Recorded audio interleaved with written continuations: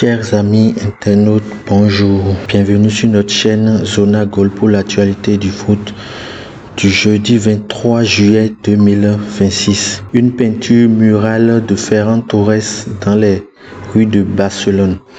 Depuis son but décisif en finale de la Coupe du Monde, Ferran Torres est devenu une star mondiale. Ferran Torres au cœur d'une tempête politique. Il s'est affiché avec une casquette Make Spain Great Again lors des célébrations à Madrid.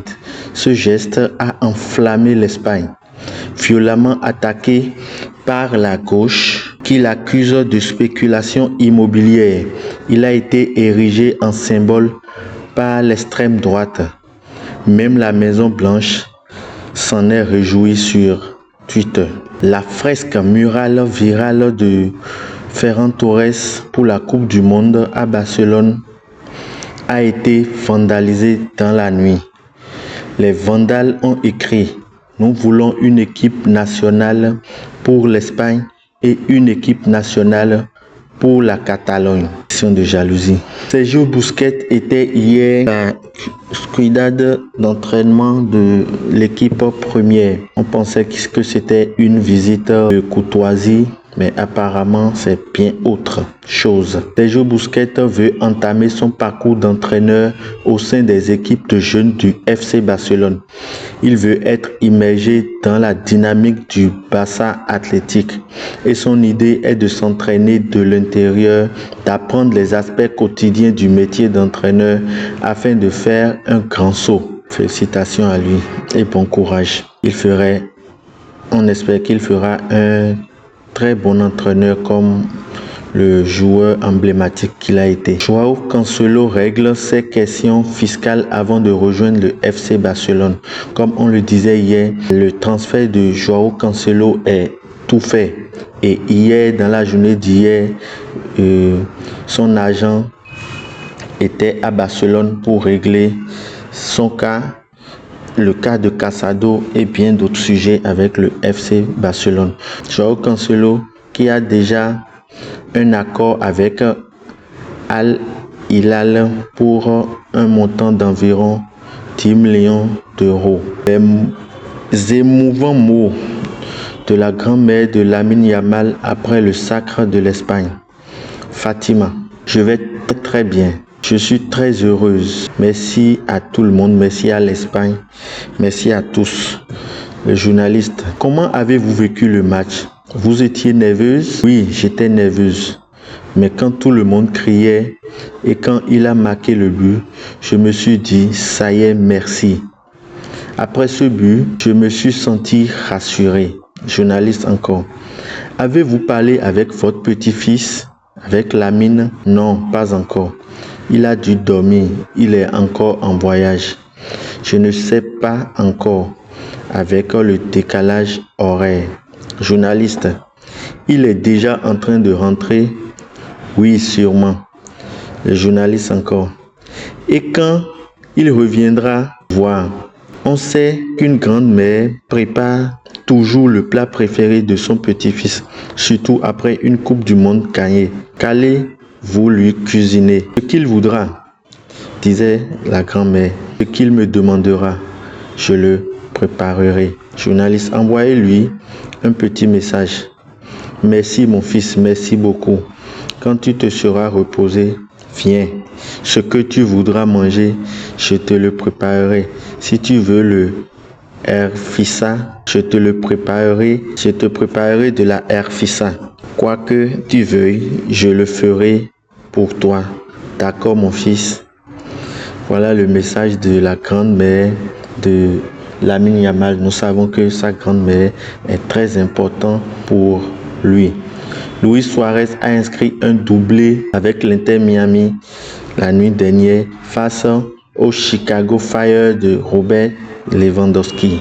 Ronald Araujo n'envisage pas quitter le FC Barcelone. L'Uruguay a un objectif clair pour la saison à venir, retrouver sa place dans l'équipe type et redevenir l'un des piliers de la défense.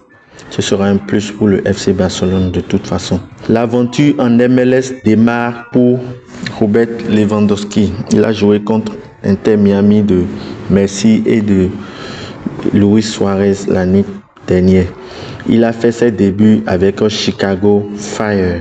Robert Lewandowski et Luis Suarez après le match sur IG, Instagram. Début parfait pour Antoine Griezmann aussi en MLS. Titulaire pour sa première avec Orlando City, il a participé à la large victoire des siens 4-0 contre San José en inscrivant son premier but en MLS. David Bernabeu nous explique pourquoi le Barça devrait recruter Rodri. Parfois, il faut recruter pour que ton rival ne le fasse pas. S'il y a un joueur qui peut ravir la place de titulaire de De Jong actuellement blessé, c'est bien Rodri, conclut le journaliste. Voici comment la situation avec Julián Alvarez. L'idée était de faire passer l'offre de 100 millions d'euros à 120 millions d'euros plus variable. Maintenant, Deco s'est braqué. Tu vois ce qu'il a fait à la Coupe du Monde et ce n'est pas un footballeur pour lequel on doit augmenter l'offre qui avait été faite à l'époque. Les dossiers du Barça qui pourraient être abordés par Jorge Mendes, le célèbre agent. Romero. Voici ce qu'il y a ici. Cancelo, Casado, Balde, Gui et Adeyemi. Évidemment, sa présence est surtout liée à Adeyemi et à demain, la présentation de Adeyemi qui se fera aujourd'hui. Mais il y a aussi le départ de Casado, qui est un dossier chaud. L'arrivée de Joan Cancelo, qui est un dossier chaud. Le cas d'Alejandro Balde, qui ne devrait finalement plus être un doute, ainsi qu'une possible sortie officielle en prêt de Guy Fernandez s'il ne fait pas le saut vers l'équipe première. Guy Fernandez qui doit faire le saut, qui doit prouver les choses à Hansi Flick durant la pré-saison. Il est temps de mettre fin à tant de folie et d'écouter ce que disait le meilleur au monde, Messi. Tout ne se résume pas à gagner. Valorisons davantage les choses. Le groupe qui a joué 3 finales et qui a été maltraité, j'espère que ça ne se reproduira plus. Apprécions les choses obtenues. Iker Casillas. Gagner la Coupe du Monde est 10 fois plus grand que de gagner la Ligue des Champions. Pedri vient de dépasser Bellingham dans sa carrière.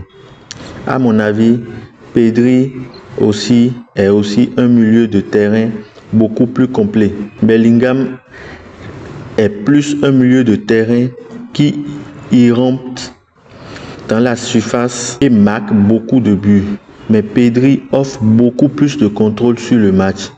Il dicte le tempo, maintient la possession sous pression, contribue défensivement et fait jouer toute l'équipe mieux. Si cela dépendait de moi, je choisirais Pedri plutôt que Bellingham tous les jours. En ce moment, c'est le meilleur milieu de terrain au monde.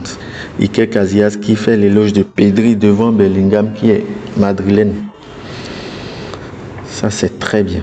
Le FC Barcelone attend la décision de Ferran Torres dans les prochains jours. Son silence actuel est perçu en interne comme un signe inquiétant. Le PSG n'a pas encore contacté le Barça car il attend l'accord définitif du joueur. Si Ferran donne son feu vert, le Barça entamera des négociations. Le prix minimum pour son transfert était fixé à 50 millions d'euros. Le PSG estime toutefois être en position de force car il ne reste qu'un an de contrat au joueur. Épisode à suivre. Mourabir, d'où vient ton admiration pour Messi? Declan Rice. Mon père a toujours été fan de Messi depuis que je suis petit. Il me disait toujours, si tu veux jouer sur le même terrain que des joueurs comme Messi, tu dois beaucoup travailler. J'ai grandi avec ces mots. Inquiétude totale pour Frenkie de Jong. Le Barça craint le pire pour le genou de son milieu dont l'absence pourrait dépasser 4 mois en cas d'opération. Flick prépare déjà la saison sans lui, tandis que le club furieux contre le Pays-Bas pour l'avoir fait jouer blessé espère une indemnisation. Beaucoup de joueurs ont joué sous traitement lors de la Coupe du Monde. C'est quand même dommage, hein? On ne prend plus soin des joueurs. Sport. Le programme de Barcelone pour les 2 prochains jours comprend aujourd'hui jeudi, une seule section d'entraînement. Demain vendredi, 2 sessions d'entraînement suivies du premier match amical contre l'Europe à huis clos. Il est attendu qu'Hansi Flick annonce au cours du week-end actuel, le week-end qui vient, la liste finale des joueurs qui voyageront en Angleterre pour le camp d'entraînement à Birmingham, qui se conclura par un match amical contre Birmingham City. On suivra tout ça de très près. Réunion d'urgence Barça Ferran Torres. Face à l'offre parisienne jugée supérieure sportivement et financièrement, le Barça bouscule son calendrier et va rencontrer le joueur en urgence pour tenter de le prolonger. Les Catalans voulaient initialement attendre septembre à cause d'une clause de 8 millions d'euros à verser à Manchester City en cas de prolongation. Mais l'irruption de Paris a tout changé. Quand Paris vient, il débloque tout. Donc, il faudrait être sur le qui-vive. Le FC Barcelone est confiant pour boucler le transfert de Joao Cancelo, comme on l'a dit par le passé. Les discussions avec Al Hilal se poursuivent. Le joueur souhaite revenir au Barça. Information donnée par Fabrizio Romano.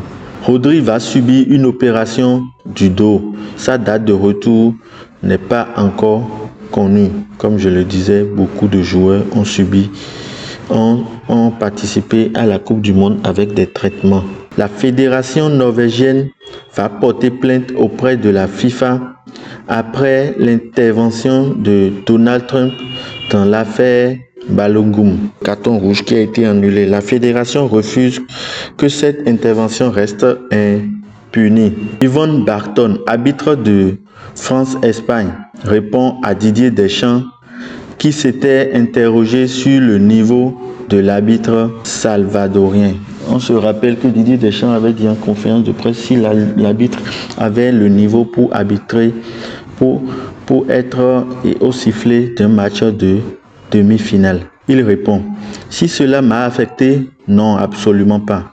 Chacun a le droit d'avoir son opinion. Nous savons ce que nous avons vécu, ce pourquoi nous nous sommes battus, comment nous l'avons mérité et nous savons pourquoi nous sommes là. Aucun commentaire ne nous fera douter de notre raison d'être. Liverpool est le club qui manifeste le plus d'intérêt pour Bradley Barcola. Les rumeurs envoyant les liés du PSG au Barça sont infondées. Il n'y a aucune discussion concernant une prolongation de contrat pour le moment. Fabrizio Romano. On se dirige vers un refus de Pep Guardiola de la proposition de l'Italie. Il y a une différence notable de salaire. Le coach demande 20 millions par an. La fédération italienne propose 10 millions. Vraiment un grand écart. Cette dernière attend néanmoins la décision définitive du Catalan avant de se tourner vers des alternatives qui sont Conte, Pirlo et Mancini. Pep ferait quand même un très bon coach pour l'Italie, mais apparemment ils ne s'entendent pas sur le prix. Michael Olise va déménager. La villa dans laquelle il vivait à Munich va être mise en vente par Jérôme Boateng qui lui louait jusqu'ici depuis septembre 2024. Alors qu'il va entamer sa 4e saison au PSG, Luis Enrique est l'entraîneur avec la plus grande longévité en cours en Ligue 1. En deuxième arrive Didier Digard qui va déménager une 3e saison au Havre. Ce sont les deux seuls entraîneurs du championnat présents dans leur club depuis au moins 2 ans. Sinon, tous les autres sont changés régulièrement. Le Real Madrid prévoit de faire de la place pour signer un nouvel attaquant. Le plan est qu'Hendrick ou Gonzalo Garcia soient prêtés pour libérer une place à ce poste. Le Brésilien ne veut pas être prêté car il souhaite se battre pour avoir sa place. Walid, Mike Maignan est trop dans le confort. Mike, on t'aime beaucoup, mais je trouve que sa trajectoire en équipe de France est surcotée. Je n'ai pas aimé sa compétition. Loris était très solide sur sa ligne, mais moins bon au tir au but. Lui, c'est l'inverse. Limite, un tir cadré, ça fait but. Je ne vois pas une immense plus-value.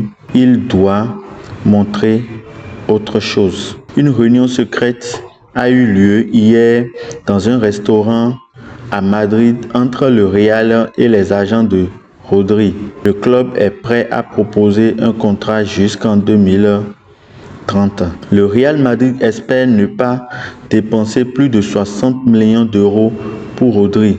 Le Madrilène de naissance ne cache plus en privé depuis des mois son envie de rentrer au pays. Jamie Vardy. N'Golo Kanté voulait représenter le Mali pour honorer ses racines paternelles. Nous l'avions convaincu qu'il gagnerait la Coupe du Monde avec la France, ce qui a été effectivement fait. Officiel. Arsenal confirme que William Saliba souffre d'une blessure au dos. La chirurgie n'est pas recommandée. Il sera absent pour une période prolongée. Communiqué de l'équipe. Al Hilal pousse pour Ousmane Dembélé. Les premiers contacts ont eu lieu avec les représentants du joueur qui n'a pas encore donné son feu vert. Kylian Mbappé aurait indiqué à Florentino Pérez qu'il avait convaincu Michael Olise de rejoindre le Real Madrid. Pendant la Coupe du Monde, Mbappé aurait insisté auprès d'Olise tous les jours pour lui expliquer comment les deux joueurs pourraient parfaitement s'entendre sur le terrain. Il lui aurait aussi expliqué tous les avantages de la vie à Madrid, tout faire pour envoyer son coéquipier en club. Hervé Renard est très convoité. Il figure parmi les grands favoris devenus le nouvel sélectionneur de la Corée du Sud, en tête de l'Afrique du Sud. Son nom revient également avec insistance du côté du Sénégal. Pourrait être la priorité de l'Algérie si départ de Petkovic. Michael Oyarzabal a été bien reçu par ses coéquipiers de la Real Sociedad après avoir gagné la Coupe du Monde. Ça doit être une fierté. Officiel, Casemiro file en Inter Miami. Il jouera avec Lionel Messi et Luis Suarez. Zinedine Zidane sera officialisé mardi à la tête des Bleus. Officiel, la FIFA dévoile son 11 types de la Coupe du Monde, fait par les fans du monde entier. On pourrait remarquer l'absence de Olmo, de Ruiz, de Spence, l'anglais, de Koubassi, de Laporte, de Simon.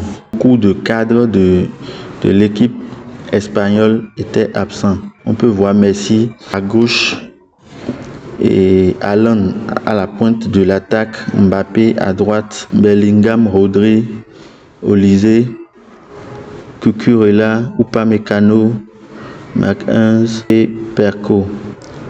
Au camp, au goal, on peut voir Vozina. Voilà tout ce qu'il y a comme actualité pour aujourd'hui. Je vous remercie. Veuillez vous abonner.